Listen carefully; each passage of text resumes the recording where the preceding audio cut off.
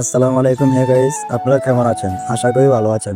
আজকে আপনাদেরকে নিয়ে যাচ্ছি আগরতলা অক্সিজেন পার্ক। আমরা 4-5 জন বন্ধু মিলে রওনা দিলাম। দেখতে থাকেন আপনাদের অক্সিজেন পার্কে কী কী আছে আপনাদেরকে ব্লগের মাধ্যমে দেখাবো। তারপরে কথা বলতে বলতে চলে আসলাম আগরতলা ওভারব্রিজ। ওভারব্রিজের ভিউ সারলে ফর ইউ।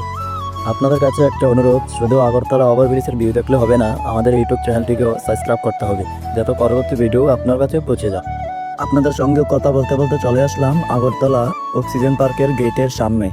অক্সিজেন পার্কের গেটটা দেখে আমি পুরো অবাক হয়ে গেলাম, এত সুন্দর ভিডিও সারলেই ফর ইউ। আমরা সবাই মিলে চলে যাচ্ছি অক্সিজেন পার্কের ভিতরে।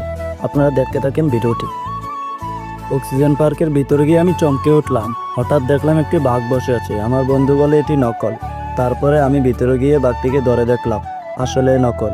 তারপরে বাঘটির সাথে একটু মজা করলাম। এরপরে আমার তুলে নিলাম আমার কুলে।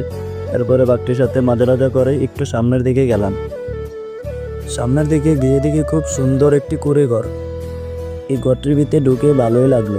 ভিতরে গিয়ে দেখি পশু পাখি বসে আছে, নানান রকমের পশু পাখি।